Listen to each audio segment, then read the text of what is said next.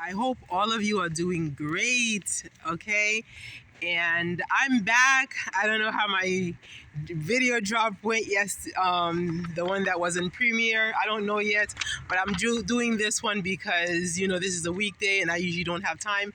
It's about 30 minutes before I start work, so I decided let me prepare this one before I look and see what damage that I did yesterday. But anyway, here we go. When I talk about Christ and compare him with Marwa, guys, I guess it's because I have a very strong Christian background, so I always see the parallelism, right? So I saw the parallelism between Jesus Christ and I am Marwa.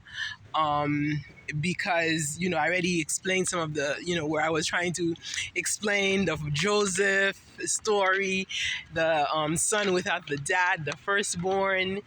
And today I want to talk about something else, which is the fact that Myra likes foreign women. Well, Jesus also liked foreign women. So my conclusion is gonna be like why people like me and others who he call, the critiques, I guess, the critics, the reactors, that's what it is for YouTube, the reactors, why we crucified Mara. Because then you would have to understand, why did the Jewish people crucify Jesus? Okay, the Jews crucified Jesus for so many reasons. He was definitely shaming their culture. He was putting them down.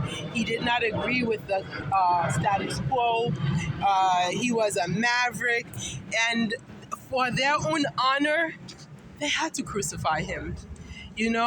By crucifying Christ, they redeemed themselves with the shame that Jesus Christ was bringing to them. And this is the same reason why we crucified Myra. Not only that Jesus Christ was bringing shame, but Jesus Christ was making it obvious. Jesus Christ was not hiding it, because that's why Jesus always kept on talking about the hypocrites and the Pharisees. Well, he was bringing out what the Pharisees were hiding, and that's exactly what Myra is doing. He's talking about things, reacting as soon as we do something.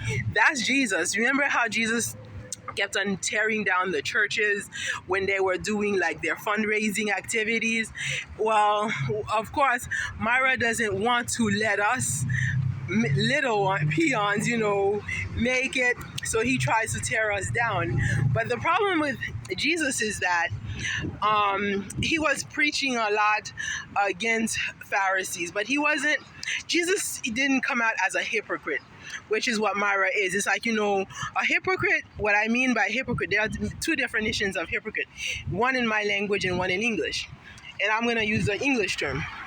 In English, a hypocrite means that when you preach one thing, you actually end up doing another. And that's why I say Mara is a hypocrite, okay? Because he is preaching one thing and doing another. So let's look at Jesus and foreign women. And I'm going to read about Jesus and foreign women from John 4. Now, Jesus learned that the Pharisees had learned that he was gaining and baptizing more disciples than John, although, in fact, it was not Jesus who baptized, but his disciples who were baptizing. Oh God. Does this sound familiar? It's like, the idea of being a big YouTuber and having a lot of followers, there you have it, your disciples. So he left Judea and went back once more to Galilee. Now, he had to go through Samaria. So he came to a town in Samaria called Sychar, near the plot of ground Jacob had given to his son Joseph. So this is his land. This is his homeland. It's like Myra being in Kenya. Imagine Myra in Kenya, and he's, traveling, okay? Jacob's well was there, and Jesus, tired as he was from the journey, sat down by the wall. It was about noon. When a Samaritan woman came to draw water, Jesus said to her, "You know what? He can't resist." This is Myra, and a European woman just walked by. So Myra cannot resist but talk to her. So what does Jesus say to the Samaritan woman? Okay, "Well, you give me a drink." His disciples had gone into town to buy food. So he's by himself, so he's got a Mac. you know Apparently he thought the woman was fine or something. Myra, you can imagine Myra just meeting Priya, how they met, or Bo, or one of these his women, or even now Vanessa. Oh, by the way, I noticed when Myra took the idea of the power of YouTube from Modeste and tried to give it to Vanessa.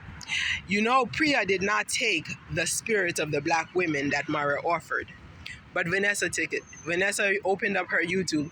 I mean, go girl, you go, you do what you have to do. But at the same time, remember under what conditions that Myra opened up that YouTube channel, putting us black women who were trying to touch his robe or whatever, all right? Or, it's like the women that he called, like, he's not going to give his bread to crumbs. And that's the irony, that we are supposed to be the people that he's there for, but he's actually there. We're the ones who are getting, to his bread to dogs. We're the dogs. You could see in how many ways he calls us dogs, not directly using that word. I think from my drop today, you could see how he called us dogs. So he went and mapped to the lady, asking her for water. "Give me some water." So the Samaritan woman said to him, "You are a Jew, and I am a Samaritan woman. How can you ask me for a drink?" For Jews do not associate with Samaritans.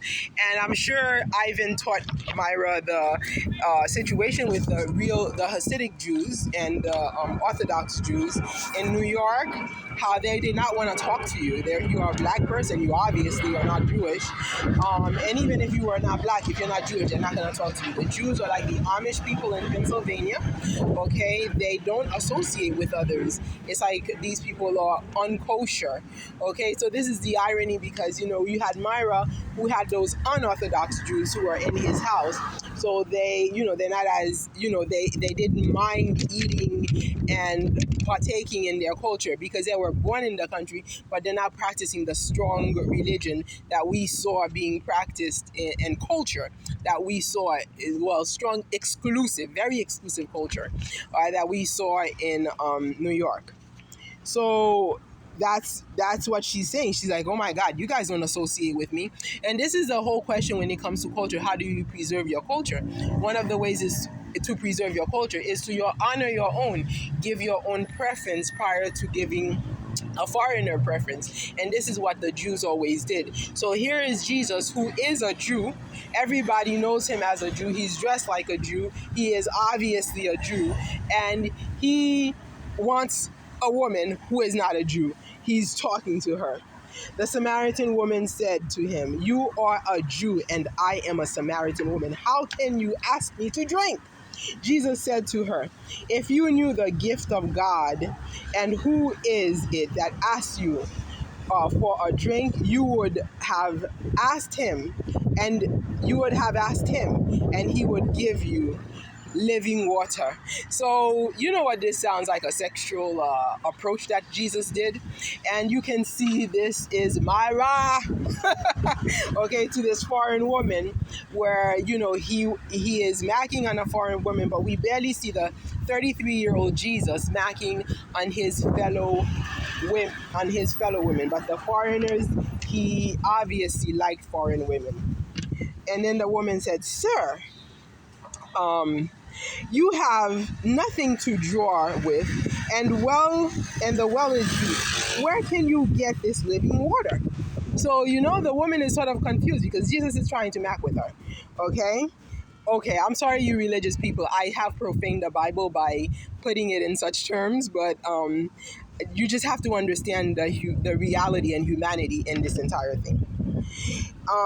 And she continues, "Are you greater than our father Jacob, who gave us the well and drank from it himself, as did also his sons and his livestock? So Jesus answered, everyone who drinks this water will be thirsty again.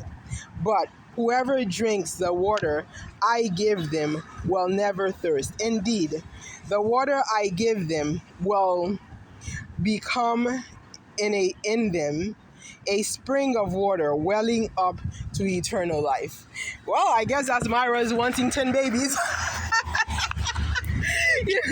He will give him a water, but because biologically you can imagine what water that and I don't people don't usually see the sexuality that Jesus approached this woman with, because back then they had to speak discreetly if you are going to approach a woman, and this is he obviously was approaching her in that manner. So now I think maybe she gets the message.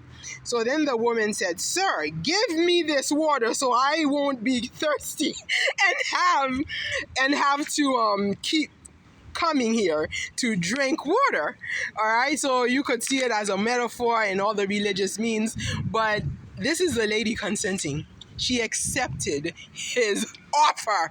Jesus was promiscuous, and that's why he wasn't married, and he loved foreign women, okay? And he told her, go. So listen to how he was asking her out, because when she said, then give me the water, right? He says, go. He told her, go call your husband and come back. So that means that the husband had to consent for this offer, because I guess it was okay maybe in Jesus's time for women to have extramarital affairs, because he obviously offered her an affair. And the woman replied, I have no husband. So why would she tell him, I have no husband? Okay, hello, he was asking her out. So Jesus said to her, you are right. When you say you have no husband, the fact is you have had 5 husbands, and the man you now have is not your husband. What you have just said is quite right. And when he's, a lot of people say that, she was with another guy. It is very likely that the man you now have happens to be him. Okay? So Jesus was macking with a Samaritan woman, and it was very sexual, but nobody ever put the sexuality in it because they wanted Jesus to be this holy guy. Why do you think Jesus was 33 years old and he was not married? We never know that he had any children or anything like that. So how does this deal with Marwa? Well, in our crucifixion, so this is just one example of Jesus being a maverick, not liking his women, going out for the foreign women, destroying his culture. How do the women in his culture feel? I mean, that really puts them down, because that puts down their values, because you have to think of, how does a woman define herself? One of the ways we do define ourselves is through our cultural value of marriage, children, childbearing, and the way our men see us. So when our men betray us for foreign women, it puts us down. Especially if it is in a mannerism that may castrate us as women, because so when it comes to survival of the fittest, that plays a huge role to all species, not just human beings. And therefore, when we talk about speciation, they do have their colonies and their groups wherein they thrive the most. So to continue, with Myra, let's think about Anne. What effect does Myra bringing in those foreign European women have on young girls in his village? So we look at Anne, and I don't want to talk much about Anne, except for the part when they were celebrating and Anne had to speak. They had many celebrations, maybe like 3 celebrations or something that was aired. And in one of the celebrations, if you really observe Anne, you will see that she was hurt. All right, she was hurt because Myra had taken a request that she did and blown it up into his own thing. And the reason why Myra does it is because of his own view of the females within his village. Now, mind you, not that the females may be innocent, because we learned from Anne that she does like Muzungu. Anne loved, what's her name? Coco Girl. Okay, and they became very good friends to the point we discovered that Anne is not even very poor. Anne is actually very well off. Her dad, they own a lot of land, because Anne and Coco Girl, in one of Coco Girl's videos, they were walking somewhere that Anne was bringing her, and then they came across a place, and Coco Girl was like, "Oh my God, we can't even go there. These people, like, they have so much land, animals, and everything. They look rich, and the homes are well built." So, there they are building Anne a little home. You should have seen where Anne took Coco Girl. The homes were all built. And then Coco Girl didn't want to go. She was scared. And it's like, no, no, no, it's okay. You can come. And she's like, you know these people? And she's like, yes. And then she followed Anne. And then when they got to a place, Anne started greeting them. And it was her cousins, her grandma, her grandpa. That was her grandparents' habitat. They have, and the Coco Girl was like, before Anne identified them as her parents, Coco Girls, these people have money, they have money, they have money. So it's not that they have money, they have land and resources, which could convert to money if they wisely use it. So Anne did not really have the financial need that was presented in that letter. Now, was it for Myra's sake that the letter was produced? Who knows? Maybe, very likely, I think Anne wrote the letter because of her own perspective of what Myra was doing to the women, the female race in his village. That he was putting them down as he came with his German women, with his white women, and flaunting them around like these are the ideal women, for marriage. Like the blacks are not worth anything. But we do realize that, at least I see, that there is some kind of race mixing happening in Kenya, where it looks like men and women, both of them shun the ideas of marrying within themselves. So I see a destruction and a creation of self-hate very deep, deep, deep, deep in that village in Kenya. So I see very little hope for the wealth and the well-being of dark-skinned people in a place where we were beautiful, in a place where people like me can once go to and either through research, through media, and find people who look like me and who are proud to be like me, who are proud to be dark skin, coarse hair, who are proud of this, because what you have, someday when you lose it, it will only be in museums worth millions of dollars that people cannot afford, because you once did not appreciate it enough to preserve it, and therefore you allowed it to go extinct by your killing yourself to fetch after whiteness, after Muzungu. So this is what I had to share with you regarding Myra and Jesus Christ. And this is why we crucified Myra. We crucified Myra because he is crucifying us. And while crucifying us, he is putting himself out there, just like Jesus put himself out there, whereas the Jewish people did not have that kind of obvious disruption in their culture. People were disrupting the culture and they were changing the whole culture, but they were changing it underneath the table. They were doing it secret, and being very two-faced. And that's the second definition of hypocrites, when you are two-faced. So they were being two-faced about their destroying their culture. And this is what Christ talked about, which were the Pharisees. Now, of course, I don't give Myra that much credit, even because he lives the human experience of Jesus. But Jesus was much more deeper as a character, I think, than Myra, because Myra is very immature, and Jesus did not harbor that type of immaturity that Myra did. But you can see the similarities that I discussed. So I pray for all of my dark-skinned black women out there. I pray for Africa. I pray for all of the black women of Africa and the black men who still want to be black, but who are being destroyed by the system of self-hate. by the system of colorism. Thank you for joining and thank you for listening. I hope you guys enjoyed this conversation. I really have to go to work. So if you have any questions, please write them down. You can put your comments, they are very welcomed. And if you like this video, please give it a like and subscribe. Thank you. Have a great day.